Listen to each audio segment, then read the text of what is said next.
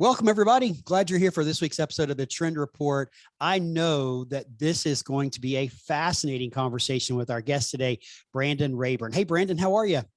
I'm great. How are you doing this morning, Sid? Oh, I'm doing great. Thank you, sir. You know, you and I had the opportunity to meet a couple of weeks ago at the Untitled Champions Conference. We'd not ever passed, had never crossed before.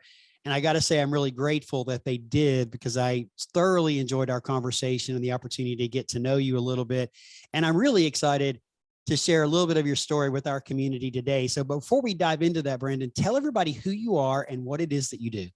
Yeah, absolutely. Thanks for having me on, Sid. This has been such an opportunity. As I was sharing with you at NDL, I've really been kind of a homegrown person at the company I work for. I work for a company called Special T in Alpharetta, Georgia. We are a vertically integrated table manufacturer. We own our own factory in Bulgaria, where we produce the majority of our table bases. We marry them with tops here in the States and ship them out all over the country. So, Brendan, how long have you been at Special T? I'm dating myself, probably about a decade now. So that's okay. I left for a brief period, but that doesn't count. It was only a few months. But other than that, Special T has been my home. Oh, that's awesome. So the Special T was your first stop in the office furniture world? Yes, it was. I got thrust into it, and I got to say, I've fallen in love with the industry. Well, that's the story of most of us that hang around the industry for a long time, is we kind of fall into it and then we don't leave. But one of the things that you didn't tell us is, what do you do at Special T? So as of January of this year, I took over as president of the company. How am I doing? Am I doing okay? Yeah, you're doing great. It's only been a few months, so I'm not really sure, but I've been knocking around the rooms here for a while. They've really a company that I'll tell you more about, but one of the main things that I can tell you, if it was on a bumper sticker, is that Special T is focused on its people and enriching the people, and that's from anyone who comes in off the streets all the way to our internal emission. That I'll touch on a little bit as well. But Special T has a very unique culture. It's one of these places where if you ask people around here, it seems like a family atmosphere, and they'll run through walls. And most of the reason is because we just come together on a very deep level to focus on helping people. So telling you a little bit about Special T. We have a workplace recovery program where we actually assist the community in putting to work young men and women who have had trouble with drugs and alcohol dependency and have chosen to go through a long-term program. So we assist as a next step for them to integrate back into the workplace and kind of get their feet back under them. We support them with workplace meetings as well as workplace sponsorship. We try to assess their needs at the beginning and find out how we can best support them, because really that time after leaving a long-term program and getting back on your feet is a real tipping point for a lot of people. There's a crossroads. People could go either way. So we want to be there to support in the next steps. A lot of our people, we have about 100 that have come through with the program. Of those 100, a lot of them have gone on to back into the community again. So they just stay with us for a time in order to get everything together, maybe work through any challenges that they still have residual from going through a program, and then kind of go off and we celebrate all of this. That's great. That's awesome. And we're going to dive into that in just a little bit. But so the basis is Special T is a table manufacturer that's vertically integrated with a production facility. And where did you say, what country is it in? We primarily manufacture in Bulgaria. It's a little bit north of Sofia in a town called Gabrovo, where we have a factory there that's owned by our owner, Steve Roseman.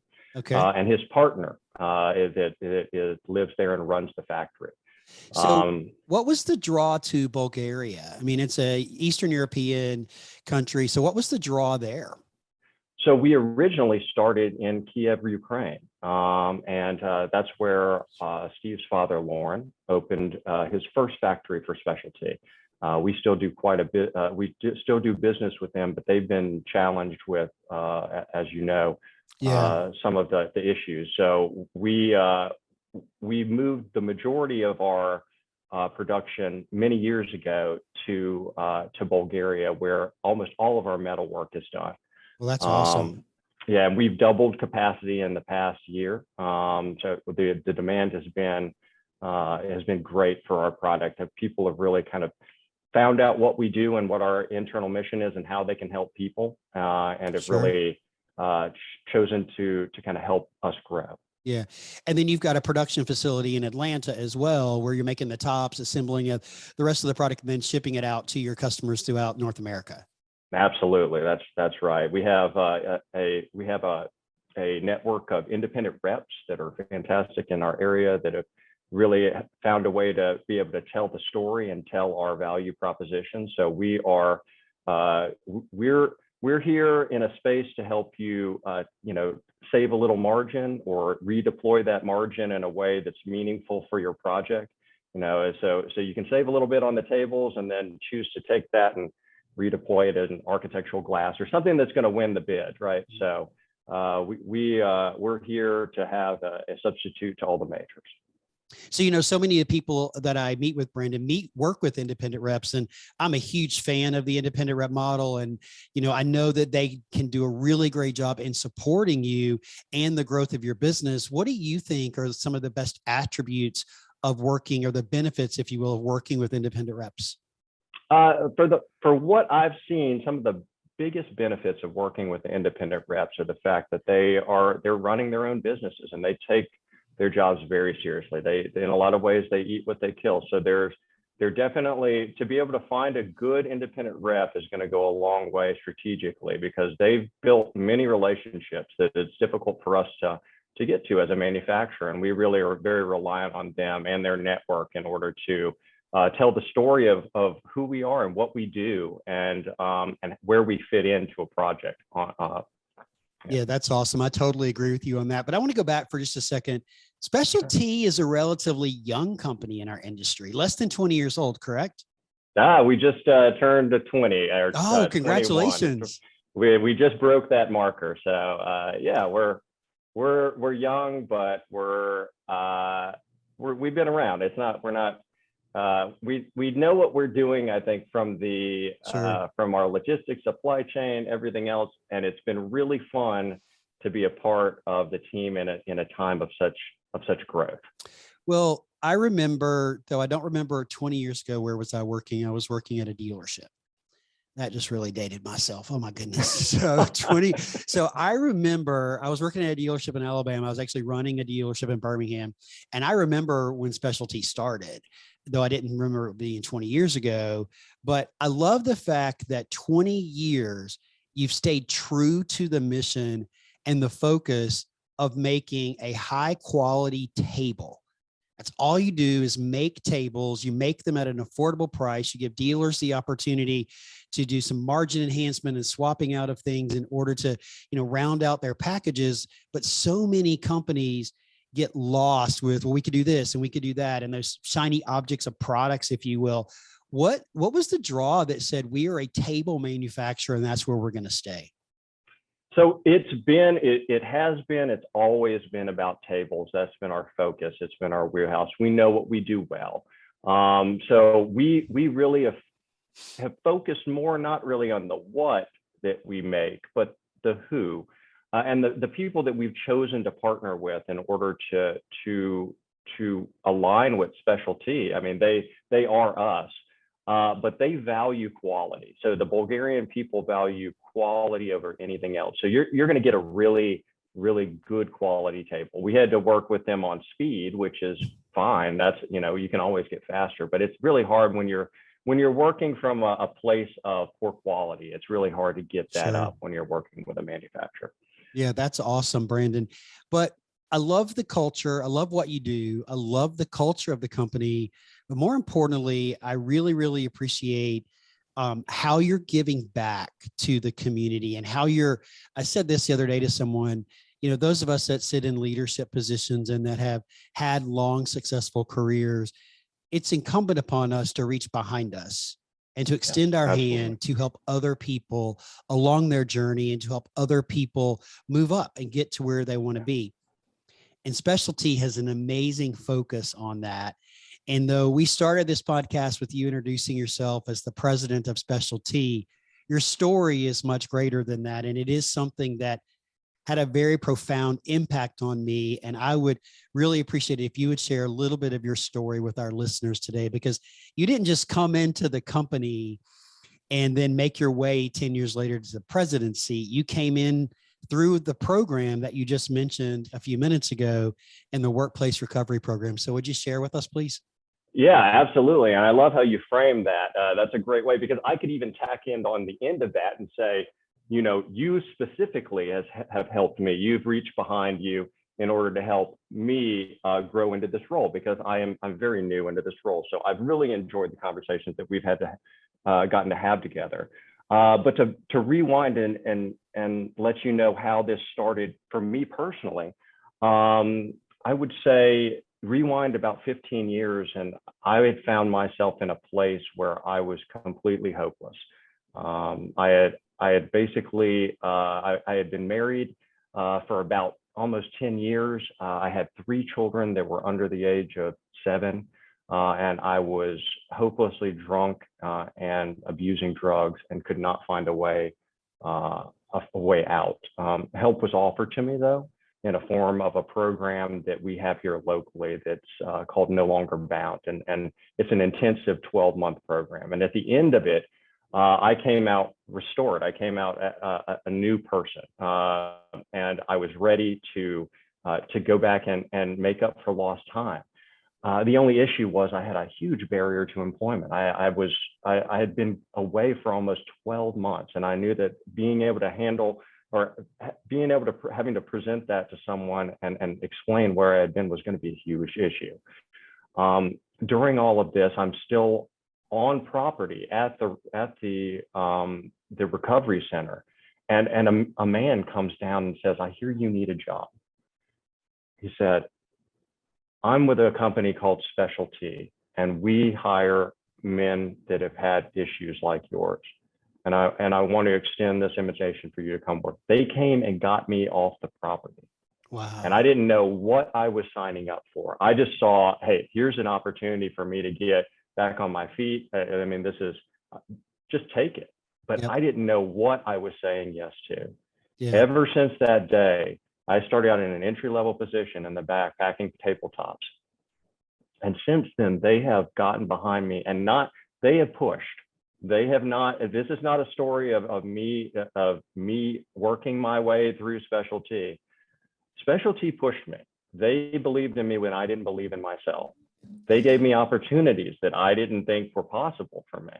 And in turn, have turned around and done that for many men that I've personally witnessed. And I had the pleasure of I have a creative roots. My parents are both artists. So they said, "Oh, well, that means you can do new product." So Sure. I was over new product development for years. We developed the AIM series. We developed Sienna. We developed all of these series that are critical for what we do at Specialty. And I have no history in that. Sure. But Steve, our owner, said, "Hey, I'll help you figure it out." I mean, and so we literally would design products together. And then we went over and I went with Steve and we set up the factory in Bulgaria. It was a barn when we started. And then Wow. now it's a world-class manufacturing facility. So Okay. all of these opportunities that were afforded to me that I, in my wildest dreams, would not have thought for myself. So I want to go backwards just a little bit. Sure. You found yourself at a place in life where you chose a path, or you got on a path that was not productive to you personally or to your family or to supporting, and somebody saw the path that you're on. So Yeah. first step is somebody offered to help you. Absolutely. Somebody said, "Hey, Brandon, here's this place called No Longer Bound that can Yeah. help you if you become committed to changing your life." And so you entered into a 12-month program. Now that 12-month, were you still at home or were you in the facility or at the facility living there? It was a inpatient facility. Wow. And I didn't get to see my family for the first 60 days. And that was Okay. enough to deter me Sure. from wanting to actually go there. But the truth Sure. of the matter is that when I said yes to that, and that I closed the door on leaving that facility, it made it okay for me to not want to be there. But I had to push through. I had committed to Sure. doing this for my family. And it was one of the best decisions I made. Yeah. Acknowledging wherever you are in your life, in whatever situation that you find yourself in acknowledging that you need help is the hardest first step that anybody ever makes. And that could be a business person that's struggling. It could be an individual like yourself, but just acknowledging that you need help and then accepting that help. It is so important when it's offered to realize that, hey, you got to look inside and realize that you need to say yes to this. And you're saying more than yes to a program. You're saying yes to you. You're saying yes to your children. You're saying yes to your family, to your wife, to your future is what you're saying yes to. And you did the work, man. You did the hard stuff. And I think that's where so many people stop, is when the work gets hard, they just want to give up and say, I can't do this. Right. Right. And then go ahead.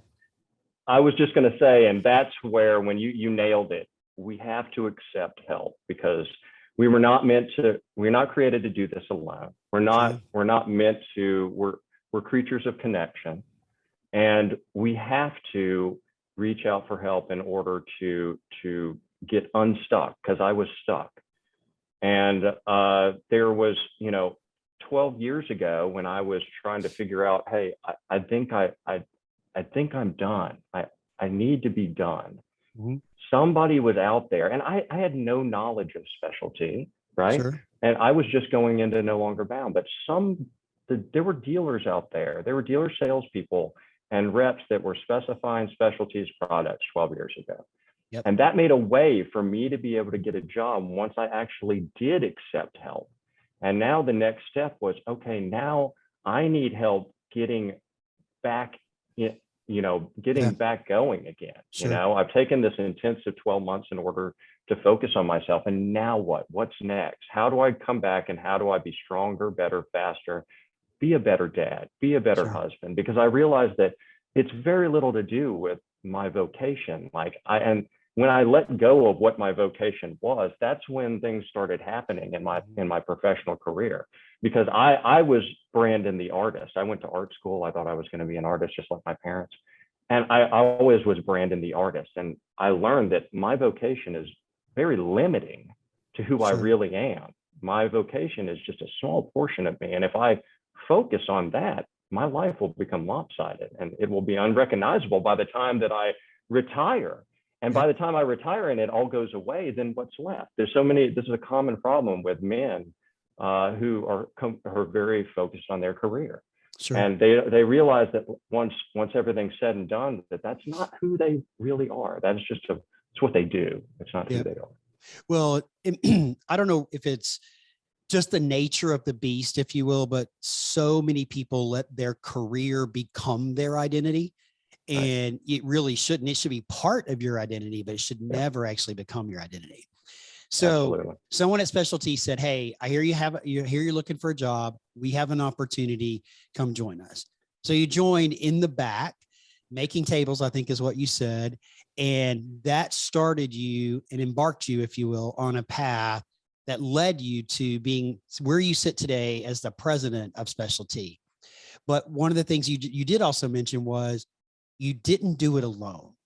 You had help. People saw things in you and they identified things in you, and they helped you along the way, which I think is also so important, because when we start a journey, Brandon, we don't know everything. We have to learn along the way. And sometimes getting out of our own way is one of the most important things that we can do. And we need a push from other people to get out of our own way. And that's really what the story of my story with overcoming drugs and alcohol has been, is the fact that I realized really quickly that my way really sucks. And maybe I should listen to other people, because my way ended up in a 12-month rehab. So I've become very curious lately. I think that's a good way of it. Our recovery director, Alexander Keene, told me that. He said, if I step into each conversation curious of what to learn, right? Where to go. And I don't know all the answers, then certainly we're going to, iron will sharpen iron, and we will sharpen as we sharpen one another, right? Because when we stop learning, I believe that's when really things are getting, are on the downward slope. Like I want to continue to stay curious and continue to stay a student. So that's why this has been such a pleasure being able to spend time with you, because you really are a student of our industry, and that's great to me. Well, thank you. I'm a student of a lot of things, and you're speaking my language when you talk about investing in yourself and learning and growing and doing. And, and I know you're giving credit to a lot of people for helping you along the way and guiding you and lifting you up, that you didn't do it on your own. But I'm actually going to say you did do a lot of it on your own. And the reason I say that is because the people give us opportunities. Unless we do the work, we're never going to get to the next step. We're never going to accomplish whatever the task is in front of us unless you do the work. And I'll drop this in the show notes, but the listeners know that my daughter plays collegiate soccer, and that, she's a very committed athlete who recently got injured. But prior to her injury, her team was reading a book, and the coach was tweeting about it, and he was tweeting this hashtag. And finally, I'm like, what is the hashtag? What does it mean? I asked my daughter, and she goes, oh, that's a book we're reading. And I said, okay, what's the book? And the book is called When in the Dark. And so I decided to buy it, and I'm about 3/4 of the way through it. It's sitting around here somewhere, or I'd grab it and show it to you. But When in the Dark is a story of a soccer player, ironically. And it talks about how we get to the pinnacle of what it is we want is by the work that we do in the dark, or the work that we do when no one is watching us. Right. And you've done a lot of that work on your own. You've done a lot of that work in the dark. Even though there were people there supporting you, you had to do it in order to get to the next level. Yeah. I mean, there was the only difference, Sid, is that here, the culture that we built at Specialty, it does not feel like work. Oh, that's great. The work was done, but it doesn't feel like work. Yeah. It's fun. So it's dynamic. We have a lot of fun. I mean, it's been one of these places where and I know everybody's experience is different, but I really look forward to getting up and seeing what we're going to do today. How are we going to move the needle? There's something exciting about that, just to have the ability, in order to take something that's very dear and important to us and bring it in a way to where it's of service to others, and it's something meaningful that they can use in order to help their clients, but also knowing that, like, hey, someone's life is being affected by this. When, like I said, 12 years ago, when someone was selling a specialty table, they're still selling specialty tables for the same cause as when I got the job 12 years ago. And the cool part about it is that, that my kids, I asked them recently, I said, hey, do you guys remember back, like, before I went to No Longer Bound, like, when I wasn't sober? And none of them remember. Now, there was damage that was done. I'm sure that we'll, but the only thing I can really do to help with that damage is what we call a living amends. I can wake up every day and I can do what's needed, and I can be the best dad that I can be today as an amends to them for past problems, but they don't remember that, at least consciously. Sure. So it's been 12 years of being at Specialty where my kids have not had to deal with the turmoil of a dad that's in the throes of addiction. Sure.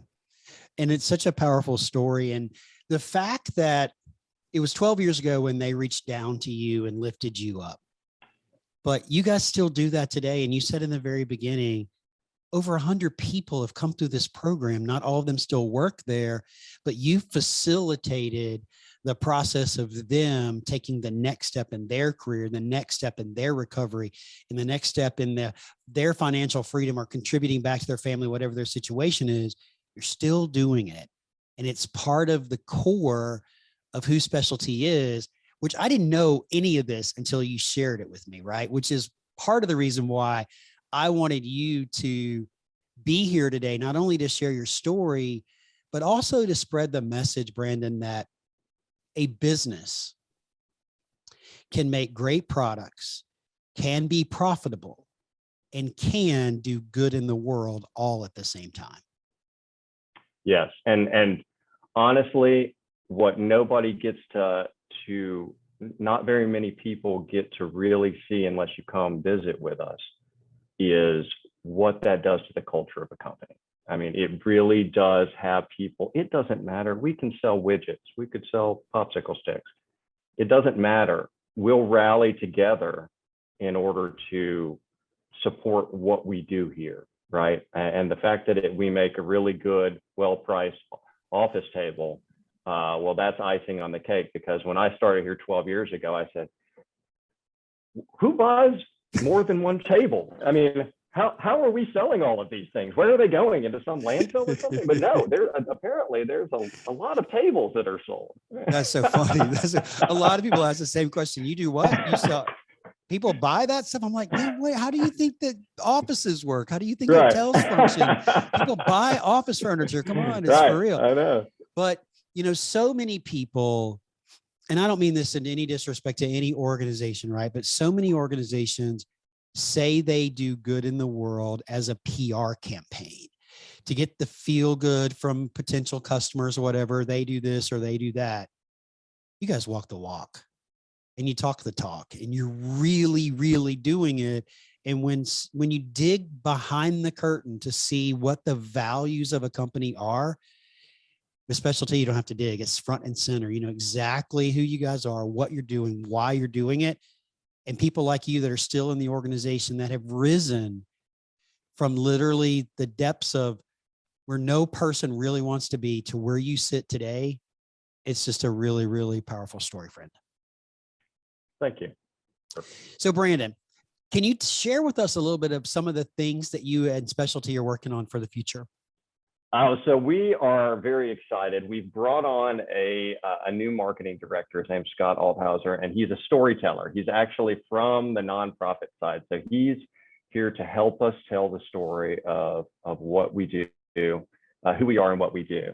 And behind that, we're really trying to couple it with some really good looking products. One of the best things that Specialty did was get me out of the product development seat and actually hire some designers. So we're getting some really nice designs that we hope will fare well with some higher end clients. So coupled with our marketing push to let everybody know and our doubling of production in Bulgaria, we really are just hoping to support our current Specialty customers that enjoy doing business with us, and any new Specialty customers who this story resonates with. All right. So new marketing director that's going to focus on telling stories. I love that because you heard me talk about storytelling. We learned a lot. We took a lot of notes. Good. That's awesome.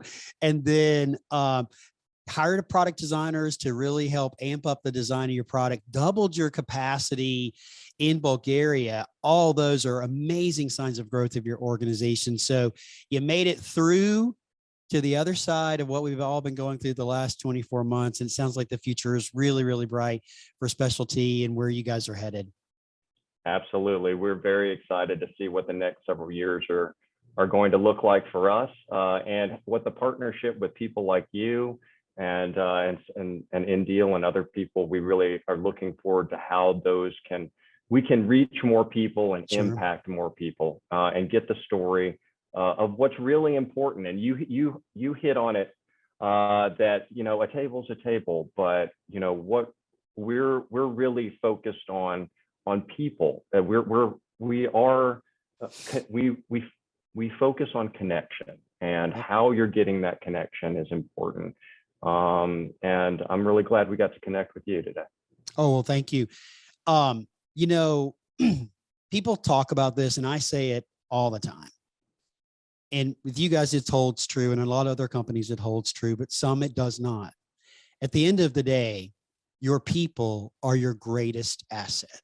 And you really need to leverage them, help them, and support them, because you never know that one person that you reach behind and help that's working in the factory could one day be sitting in the president's seat of exactly the same company, leading the way for the future if they have a little help along the way.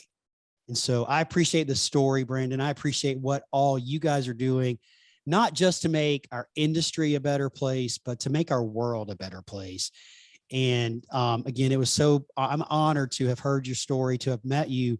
Any final words of wisdom or thoughts that you'd like to share with our community before we wrap up?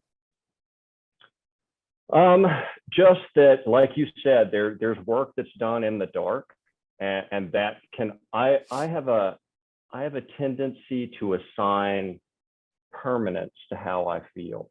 So if I wake up in the morning and I'm having a bad day and I'm like, man, why am I doing this? It's the second week in a row I've been slogging these tabletops or whatever it is.